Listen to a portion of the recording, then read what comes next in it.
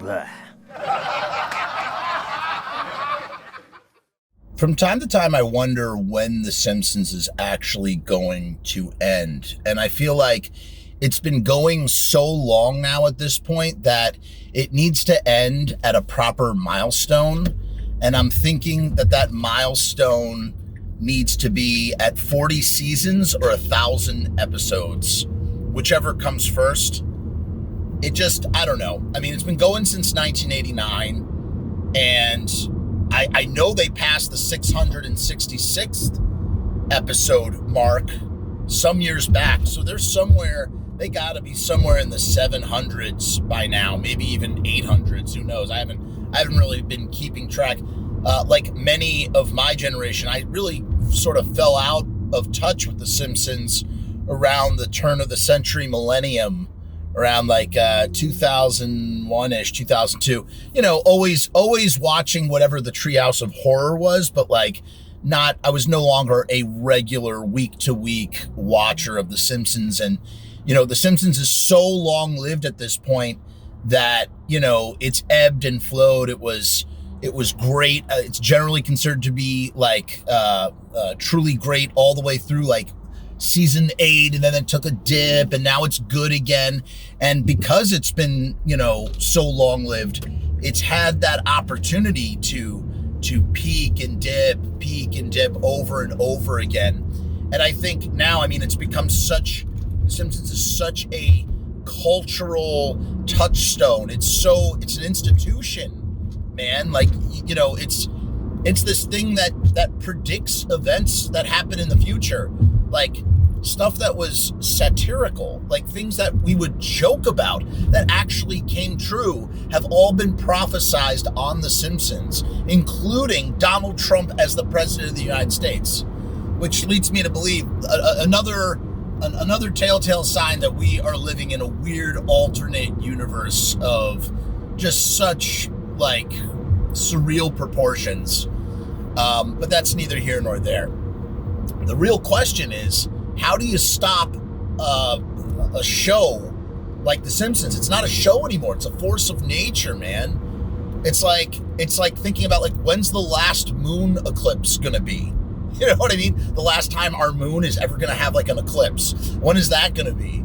You know, like this ginormous event that's going to occur at some point in time. And maybe it's the type of thing where like when it ends, like it shouldn't go out in some epic fashion, and instead it should be like the most casual, laid back, kind of like what they did on Succession.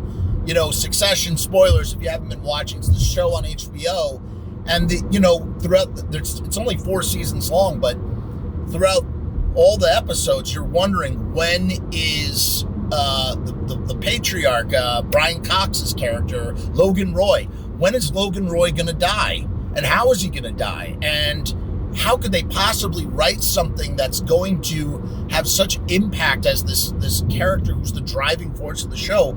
You know, he's the main antagonist. I don't know, I guess everybody's kind of antagonistic on that show. But how is that going to, how are you gonna end, or how are you gonna, you know, finally do it? And they did the most brilliant thing that they can do. They don't even show it. He dies off screen. They devote a whole episode to his death, but it's not this like magnificent thing. It's not this epic like thing. It's just a matter of fact, passes away while he's en route on an airplane, off screen. And I feel like that was kind of done on purpose, because there's no way to make it as epic as it probably needs to be. And to loop it back around to The Simpsons, I feel that's what has to happen. You have to, however the Simpsons ends, it's never going to be epic enough. So the best thing that you can do is simply just make it when we're least expecting it. Robert Kirkman did the same thing for The Walking Dead. He kind of had an idea of when or of what he wanted for the ending, and basically was in the middle of a storyline, and then did the most brilliant thing. He just sort of jumps ahead, I think it was like 20 years, He kills off his main character, Rick, and jumps ahead 20 years into the future to the ending that he always knew that he wanted. But it was like, he just was like, this is the point, because it's one, it was an unending story. It was a continuing story for almost, he wrote that book for, no, not 19 years, that's crazy, for 17 years. No, not 17 years. Now I'm losing my mind. Wait, started in 2013, 16 years he wrote that. One guy writing the same story for 16 years. How do you end something like that? How do you end something so epic? And so he did it without telling anybody. He didn't tell any of the fans. Fans were pissed. The ending just came. He couldn't have done it better. It was perfect. So he managed to land the airplane by not telling us that the airplane was going to land. And perhaps that's how it has to happen with The Simpsons. So either, I think, at the end of season 40, wouldn't it be amazing if they somehow were able to get to 40 seasons and 1,000 episodes? The final episode being 1,000. Why am I saying 1,000? Why am I saying 40? Because I'm OCD and I like nice round numbers. I want to be able to say, yeah, The Simpsons, it lasted for 40 seasons. Yeah, The Simpsons, it lasted for 1,000 episodes. But the reality is, honestly, here's the cold hard truth of it all. The Simpsons is so big. It's so epic. It's so, in terms of just not epic in like the sense of like it's a grand scale, but just in terms of like what it has become. Like, you never need to end The Simpsons if you really don't want to. All the characters are cartoons. They're all animated. And, while, what's his face as Homer Simpson, the core cast, are irreplaceable, invaluable members of the team. Ultimately, whether it's a good move or a bad move, ultimately, the showrunners can replace any one of them if they want to. They could find Dan, what's his name? Dan Costello. They could find a sound-alike for Homer. They could find a sound-alike for any one of them. It's funny. Those guys like Hank Azaria and Harry Shears and those heavy hitters who do like multiple characters on the show. I mean, people have died. Phil Hartman died.